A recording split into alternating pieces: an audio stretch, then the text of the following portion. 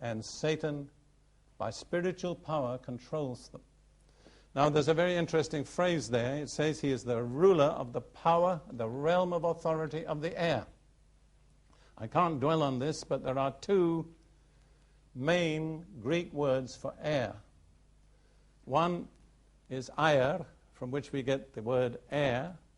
The other is aether, from which we get the word ether. Now, I'm not concerned with the words that come from them, but the fact is that air is the lower air, contiguous with the Earth's surface. Aether is the higher, rarer air. Which word do you think is used here? The lower air. In other words, Satan rules the surface of the earth. That's his realm. So a lot of interesting speculations, because when Jesus comes, it says we will be caught up to meet him in the air. Which air? The lower air. However, we can't go into all that. There's a lot we could theorize about that, but we'll restrain ourselves. Just want to give you one remarkable picture of Satan, which you may have never have noticed. In the book of Job, chapter 41. Now, the whole of this chapter deals with a creature named Leviathan, who is some kind of marine monster. And we don't know very much about Leviathan. But do you think that the Bible, which is so economical, would devote 34 verses just to a marine monster? No. The truth is, Leviathan is a type or a picture of Satan. You can study this carefully and see this. I only want to point out to you the closing statement in Job 41:34. He beholds every high thing. He's extremely proud. And he is king over all the children of pride. That's Satan. Wherever pride enters the human heart, well, that's the influence that caused Satan to rebel against God. Pride brings us under the control of Satan. Doesn't matter whether we're Pentecostals, Baptists, Catholics. That's not the issue. The issue is, what's our heart attitude toward God? And unless we have a heart that is truly submitted and surrendered to God through Jesus Christ, we can use all sorts of nice religious language and lay claim to all sorts of titles. But the fact is, we are under the King Leviathan, because he's king over all the children of pride. How many sermons do you hear against pride? You don't need to answer me. You see, basically, I think the church today is majoring on minors. I know when I was a pastor years ago, I used to be right down on people smoking. That was terrible. The problem was, we wouldn't have people in our congregation at that time that smoked. But we didn't say anything about people that quarreled with their wives. And I felt such a hypocrite when I told a young man that he couldn't be a member because he smoked. And I knew there were people in the congregation that were very wrong in their attitude and relationship to their wives or to their husbands. See, things like smoking and drinking and drunkenness are just little branches on the tree. But you know what the root is? Rebellion.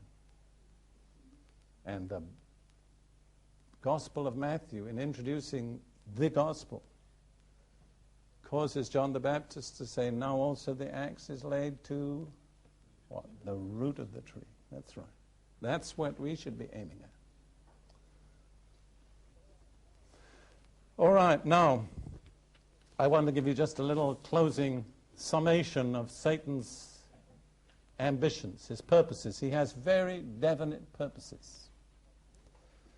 He has two main ambitions: to dominate the whole human race. And you remember that one of the phrases used in Ephesians 6:12 was the world dominators of this present darkness. And his second purpose is to receive worship. We need to understand this. You see, he laid claim to equality of God, with God, but was disqualified. But he hasn't given up the claim.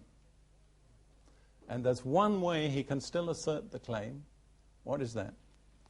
By receiving worship. because worship is due only to God. So whenever Satan receives worship, he's saying, there you are, you see, I'm still God. And when you really analyze everything that Satan does, his ultimate purpose is to receive the worship of the whole human race. And in my judgment, from a prophetic perspective, he's very near to achieving his ambition. Satan and his angels in the heavenlies were, I believe, the gods of paganism. All gods recognized and worshipped by all pagan societies and races are just different ways of describing Satan and his angels. Zeus, Hermes, Poseidon, all the Greek gods that I used to know so much about and care so little about now, just different labels for satanic angels. And as you look through all the cultures of human race, you see different titles, but the same beings. And when they worship, what are they worshiping? Satan and his angels. And there's one particular way that fallen man has to relate to the satanic kingdom. The generic word is witchcraft, which is prevalent in all pagan societies under different forms. You hardly go to any major section of the human race which still has some kind of pagan background without encountering a person who's called the witch doctor. You find a different name in different languages, but the same person. The witch doctor, in a certain sense, is Satan's priest. He's the one who enables people to get in touch with Satan's kingdom. Why do they want that? Two main reasons. First of all, they're terribly afraid of the disasters that Satan would bring upon them. And most of their sacrifices and their rites are to propitiate these very cruel and temperamental beings. And secondly, they want power. And witchcraft is a means to power. I tell people in foreign mission fields, don't ever go to Africa or India and tell people that Satan isn't real, because they all know he is. Demons are real, they know them well. What you have to tell them is, demons are real, but Jesus is real, and he has defeated the demons. And he gives us power to defeat them. So ultimately, witchcraft, as a religious practice, is an expression of man's rebellion against God. Witchcraft is the natural religion of fallen man, and it permeates the whole human race. It's not something very strange or unusual. And the last thing I want to say, and it's important, is in our days, witchcraft is making a determined comeback. It's like where Christianity came, these satanic beings were forced back, but they were never totally defeated.